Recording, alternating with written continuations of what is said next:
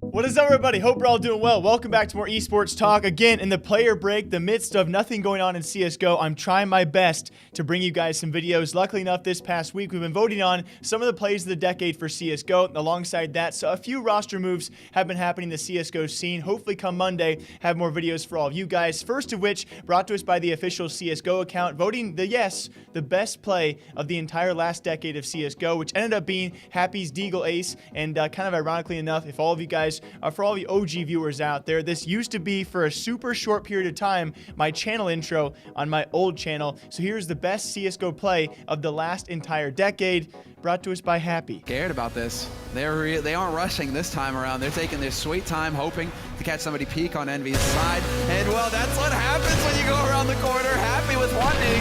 Oh, and another one! Oh, and a third! Happy!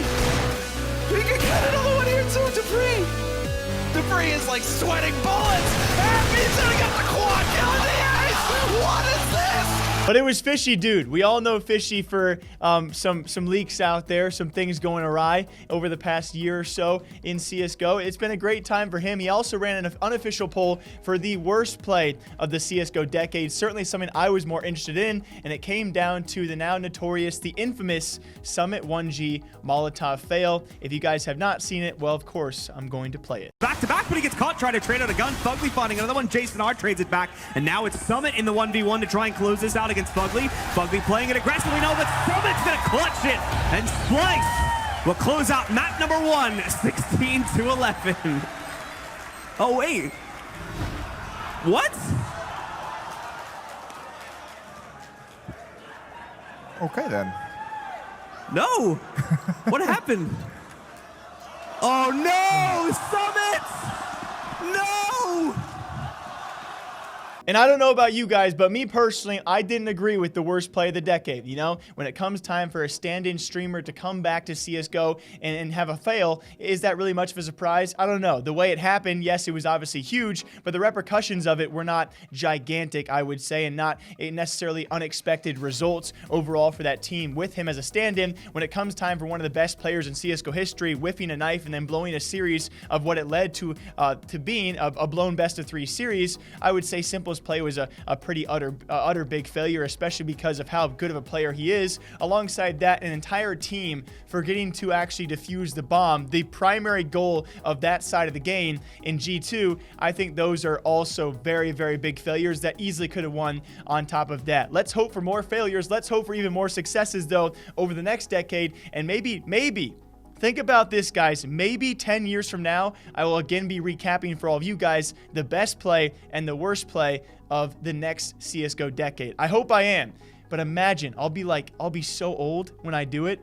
That's crazy. I hope I'm here. And also in the news out there, guys, the German shuffle does continue. We talked about it yesterday. Smooya next, now off the Big Clan roster, replaced by Keto and Searson from Team Sprout. And the Sprouty boys now going to be replaced on that original roster by supposedly Dika. That's from Aristocracy, now renamed RC. That's Taz and crew. Dika's been a free agent for quite some time now. So I guess you could say a semi-proven talent. I would say, certainly myself, not really knowing what he is actually capable of for the year of 2020. Most importantly, though, the replacement now confirmed for Sprout for at least one of those spots will be Oskar, mostly regarded, I would say, by a lot of people out there as still one of the top oppers in the entire world, has now joined Team Sprout. And I think it definitely sparks the debate of these even-keeled teams. In times of the German scene, not really been at the top for ever since Big Clan a couple years back has been. I think it's an even-keeled race, especially with both these rosters making at least a couple of changes between Big Clan and Sprout to be the best German team for 2020.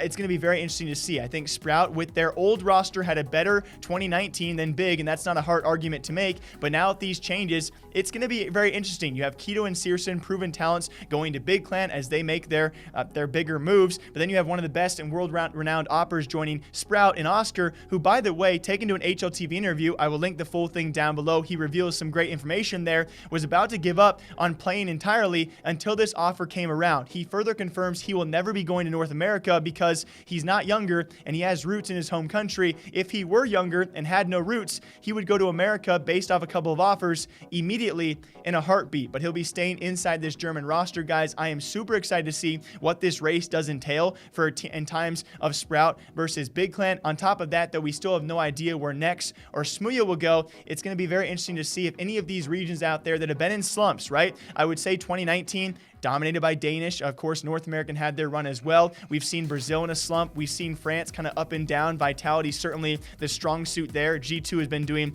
G2 things, unless you want to count, I guess you could count a few solid performances out there. And then you look towards CIS, who certainly saw a gigantic rise, I would say, throughout 2019. Can Germany come back? Can Poland come back? And whilst they come back, they still compete in the European region, which is, again, the hardest region in the entire world. When it comes time for the German race, though, it is Sprout versus Big.